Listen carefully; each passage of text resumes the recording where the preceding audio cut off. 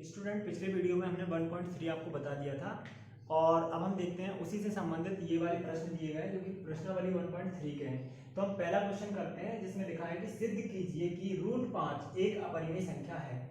तो सबसे पहले तो हमें ये जानना पड़ेगा कि अपरिमेय संख्या क्या होती है ना। अपरिमेय संख्या क्या होती है और परिमेय संख्या क्या होती है। तो हम आपको एक छोटी सी कहानी से समझा देते हैं। कैसे? एक ये है और एक ये है। इसका नाम है खड़ूस, इसका नाम है खड़ूस, इसका नाम है मिल्की, इसका नाम है मिल्की। ये लो, इसका नाम मिल्की है। ये मिल्की कह रही है, ये मिल्की ये कह रही है कि ये वाली जो संख्या है वो कैसी संख्या है? परिमेय संख्या है। क्योंकि इन्होंने क्या किया? इन्होंने स्कूल की क्लास को अटेंड नहीं किया, है ना। तो इसीलिए क्या कह रही है कि ये संख्या कैसी है? परिमेय संख्या है। लेकिन खड़ूस कह रहा है कि ये संख्या अपरिमेय है, अपरिमेय है। तो दोनों में इस बात की हो जाती है बहस, दोनों में बहस हो जाती है कि नहीं, ये कहती है परिमेय संख्या है, ये कहता है कि अब परिमेय संख्या नहीं है, अपरिमेय संख्या है। तो फिर अब ये है लड़की और ये तो मानने वाली है नहीं, अपनी जिद पे टिकी हुई है। तो फिर इसने क्या किया? इसने दिमाग लगाया, इसने कहा कि कैसे इसको हम इसकी भाषा में समझाएं। तो इसने कहा चलो मान लिया कि ये संख्या जो तुम कह रही हो ये परिमेय है, ठीक है, चलो मान लिया कि ये संख्या क्या है? परिमेय है। तो इसने कहा ठीक है, हाँ मानना पड़ेगा, अगर तुमने मान लिया तो हम तुमको, इसने कहा आज से हम तुमको मिल्खा कहने लगेंगे। वाह, मिल्खा कहने लगेगी ये, हाँ। तो इसको अब इसने कहा अच्छा तो मिल्खा कहने लगेगी, हाँ, और हम तुम्हारे गले में फूल माला डाल देंगे। अब इसको कैसे समझाया जाएगा? अब ये जो है खड़ूस खड़ूस जो है वो मिल्खा बनना चाहते हैं। तो खड़ूस ने लड़की को बड़े आराम से समझाया उसी की भाषा में, कहा कि हाँ ठीक है, तू कहा कि हम मान लेते हैं, हम इसके विपरीत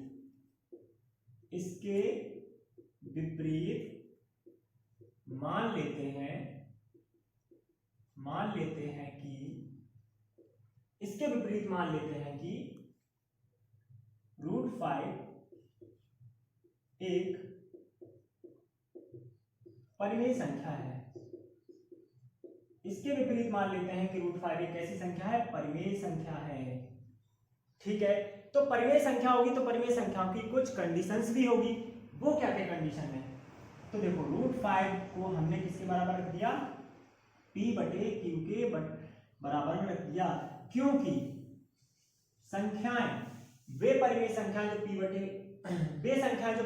के फॉर्म में लिखी होती हैं परिमेय संख्याएं होती है ना। तो इसीलिए √5 को किसके बराबर रख दिया? p/q के बराबर में रख दिया, ठीक है। अब हम यहाँ पे क्या करेंगे? परिमेय संख्या की क्या क्या पहचान है कि q does not equal 0, q जो होगा वो 0 नहीं होगा, ठीक है। p और q क्या होंगे? पूर्णांक होते हैं। p और q क्या होते हैं? पूर्णांक होते हैं। और क्या कंडीशन है? p और q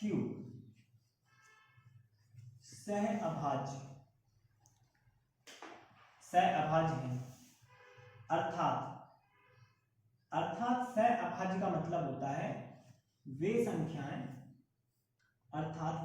जिनका HCF यानी p और q का जो HCF होगा वो 1 होना चाहिए। p और q का HCF 1 होना चाहिए, ये कंडीशंस हैं।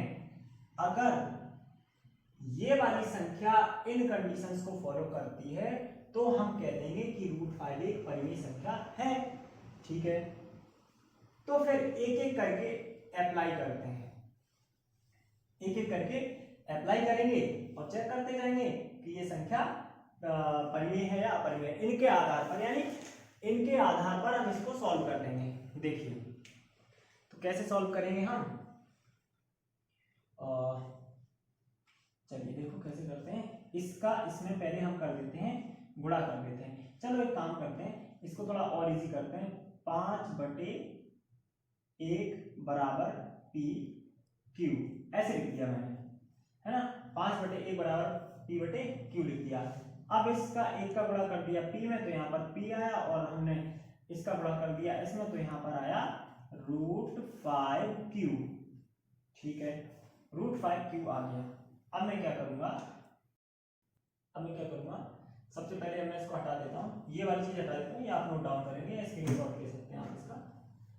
मैं इसको हटा देता हूँ, ठीक है। तो यहाँ पर इस पूरी संख्या को मैंने हटा दिया, जैसे ये सब चीजें हटा देता हूँ मैं। देखो अभी हम क्या करेंगे, ये कितना है हमारा, p बराबर √5 क्यू, p बराबर √5 क्यू। हम इसको क्या कर लेते हैं, हम इसका वर्ग करेंगे। तो दोनों पक्षों में वर्ग करने पर, तो हम दोनों पक्षों में वर्ग कर देते हैं। यहां पर हो जाएगा p² और यहां पर हो जाएगा √5 और ये स्क्वायर, और यहाँ पे p का p² रहेगा। इसको पूरा खोल देते हैं। तो देखो √5 का स्क्वायर क्या होता है, √5 का स्क्वायर मतलब √5 × √5। देखो √5 × √5 मतलब रूट का मतलब होता है 1/2। कितना होता है, 1/2। अब हम क्या करेंगे, आपने 8th क्लास में एक प्रॉपर्टी पढ़ी होगी, 8th क्लास में एक प्रॉपर्टी दी गई है। क्या दी गई है, a × b, नहीं क्या दी गई है, a × a की पावर m और a की पावर n बराबर a की पावर m प्लस n। ये 8th क्लास में प्रॉपर्टी ऐसे दी गई है, ठीक है। आप लोगों ने इसको 8th क्लास में सीखा होगा। अब हम क्या करेंगे इसके आधार पर, देखो a के जगह पर 5 है, a के जगह पर इधर भी 5 है, तो m के जगह पर 1/2 है, n के जगह पर 1/2 है। तो क्या करेंगे, हम इसको यहाँ पर लिख देंगे, इसके जैसा बना देंगे, इसके जैसा। किसको, इस पूरे टर्म को इसके जैसा बना देते हैं। तो हम क्या करेंगे, a के जगह पर 5 लिखेंगे, m के जगह पर 1/2 और n के जगह पर 1/2। ये 1/2 का मतलब होता है 1/2 का मतलब आधा, तो आधा और आधा जुड़ जाएगा तो क्या बन जाएगा, 1 बन जाएगा, 1 बन जाएगा। 5 की घात 1 मतलब कि 5 होता है, 5 की घात 1 मतलब कि 5 होता है, ठीक है। तो इसका आंसर यहाँ पर क्या आ जाएगा, 5 आ जाएगा। और q का स्क्वायर यानी कि q × q बराबर होता है q²।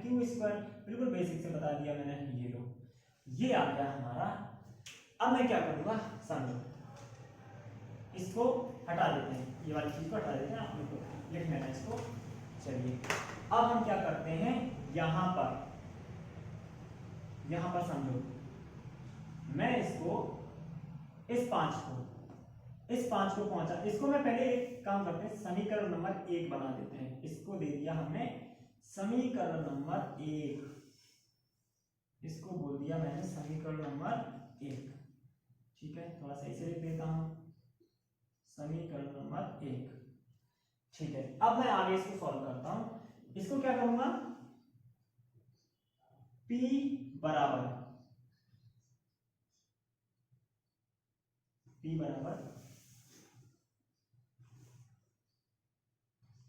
यहां पर q लिखा रहने देंगे, और बटे में, अरे यार चलो मैं फिर से लिख दे रहा हूं, मैं 1 मिनट। यहाँ पे p², 5 को इधर नीचे लेके आया तो ये 5 इधर आ गया, और यहाँ पर बचा q²। ये देखो हमें क्या करना है, अब हमें प्राप्त हो गया, यहाँ पर क्या मिल गया हमको कि देखो 5 किसको विभाजित कर रहा है, 5 कैसी संख्या है, 5 एक अभाज्य संख्या है। और हम प्रमेय नंबर 1.3 में सीख चुके हैं, क्या सीख चुके हैं, कि यदि p जो है a² को विभाजित करें, तो यहाँ पे p के स्थान पर 5 आ गया है ना, और b के स्थान a के स्थान पर यहाँ पे p दे दिया है, तो वो तो सवाल में दिया गया, उसके हिसाब से कर लेंगे। तो यहाँ पर क्या आ गया है, अभाज्य संख्या आ गई है। अभाज्य संख्या किसको विभाजित कर रही है, p² को, यानी 5 p² को विभाजित कर रहा है। तो हम कहेंगे प्रमेय संख्या, इसको थोड़ा ठीक से बना देता हूं मैं, थोड़ा अजीब लग रहा है, इसको मैं ठीक से लिखता हूं, p² स्क्वायर बटे 5, ये इस तरीके से मैंने लिख दिया। तो हमको क्या पता चल रहा है यहां से, तो हम लिखेंगे यहां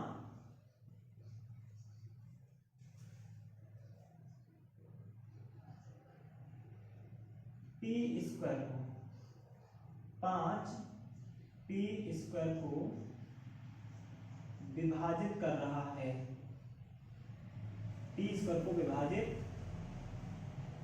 कर रहा है। तो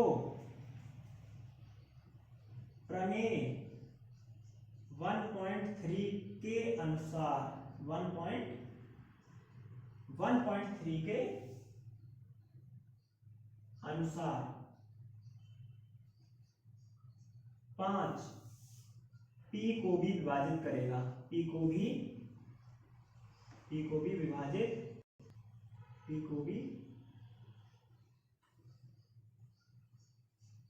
विभाजित करेगा।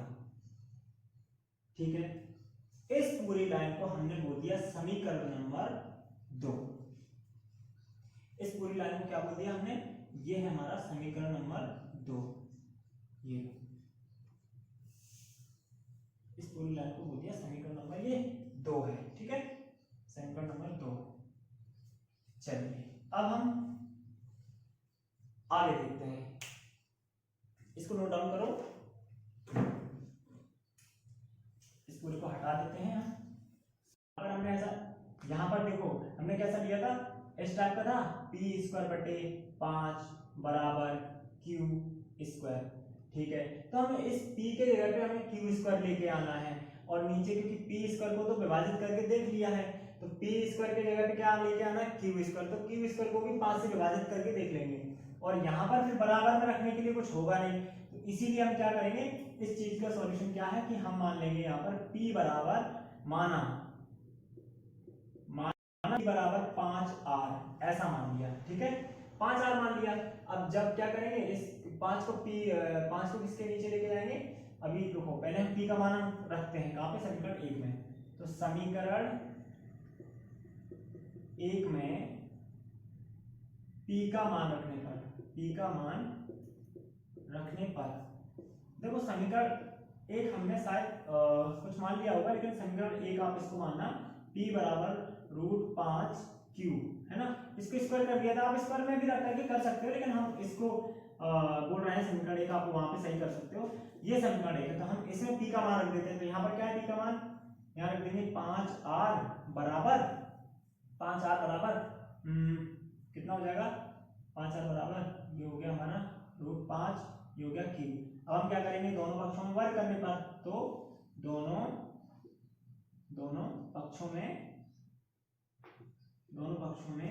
वर्ग करने पर, ठीक है, दोनों पक्षों में वर्ग कर, तो यहाँ पर कितना आ जाएगा, 5r का स्क्वायर बराबर √5q का स्क्वायर। इसको खोल देंगे, कितना आ जाएगा, यहाँ पर आ जाएगा 25, 5 का स्क्वायर 25, और यहाँ पर r स्क्वायर, और यहाँ पर √5 का स्क्वायर कितना आता है, 5 आता है, जो कि अभी समझा चुके हैं पहले, और यहाँ पर हो जाएगा क्यू स्क्वायर। देखो हम क्या करेंगे, इस 5 से डायरेक्ट कट जाएगा, 5 से डायरेक्ट कट देते हैं, तो कितने 25। ठीक है, तो यहाँ पर क्या आ गया, 5 यहाँ पर आ गया 5r स्क्वायर बराबर, यहाँ पर लिखा है क्यू स्क्वायर। हम क्या करेंगे, इस 5 को इधर लेकर के आएंगे, तो r स्क्वायर इधर बचा, और यहाँ पर क्या हो गया, क्यू स्क्वायर बराबर 5। तो देखो आ गया कि नहीं, क्यू स्क्वायर के बटे में क्या आ गया, 5, इसीलिए हमने यहाँ पे p बराबर 5r मान लिया था। ठीक है, अब हम क्या करेंगे, आगे का सॉल्व कर लेते हैं, वही काम करेंगे।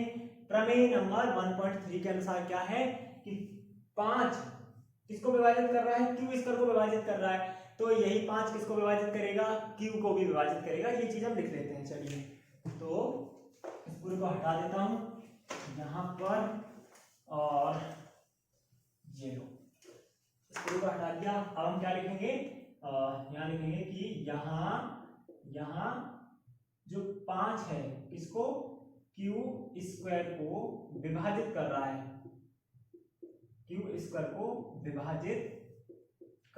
है, क्यू स्क्वायर को विभाजित कर रहा है, तो प्रमेय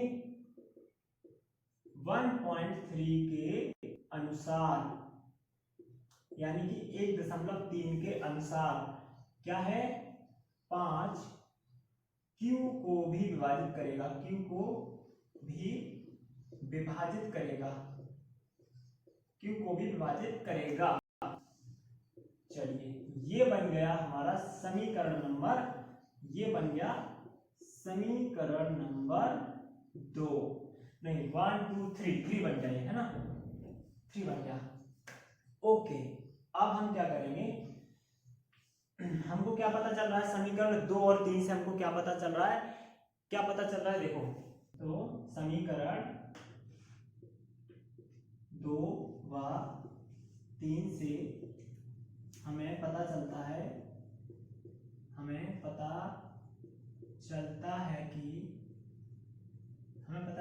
कि P और Q दोनों 5 से विभाजित हैं, दोनों 5 से विभाजित हैं, दोनों 5 से विभाजित हैं। मतलब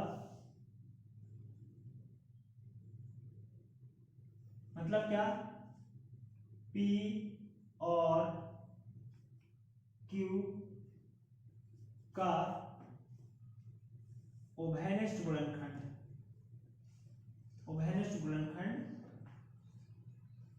5 है।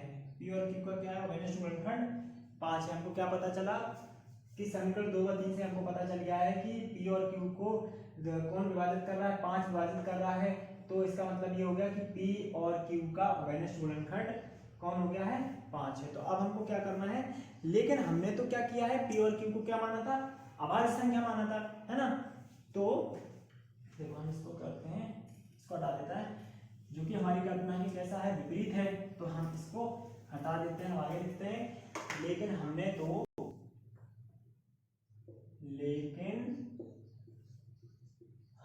तो P और Q को सहअभाज्य माना था, सहअभाज्य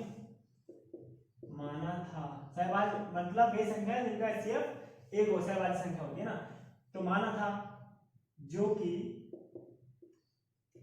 हमारी कल्पना के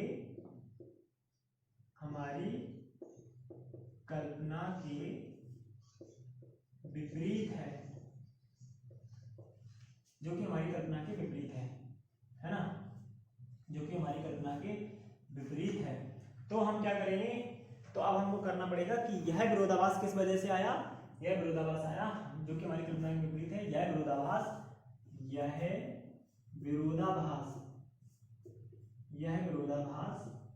हमारी गलत कल्पना के कारण हुआ है, गलत कल्पना के कारण हुआ है कि √5, क्या गलत कल्पना की थी हमने, √5 एक परिमेय संख्या है, √5 एक कैसी संख्या है, परिमेय संख्या है, √5 एक कैसी संख्या है, परिमेय संख्या है, ठीक है। इसीलिए अब क्या होगा, इसीलिए जो √5 होगी कैसी संख्या होगी, अपरिमेय संख्या होगी, √5, तो √5 एक अपरिमेय संख्या है, ये हो गया, हमको यही सिद्ध करना, क्या हो गया, सिद्ध हुआ, आया समझ में। इसका मतलब मिल्की ने खड़ूस के गले में डाल दी फूलमाला, क्यों डाल दी, क्योंकि उसने प्रूफ करके बता दिया कि √5 ऐसी संख्या है, अपरिमेय संख्या है, तो अब खड़ूस का नाम मिल्खा। चलिए अब अगली वीडियो में हम दूसरा क्वेश्चन देखेंगे, और तब तक के लिए जय हिंद।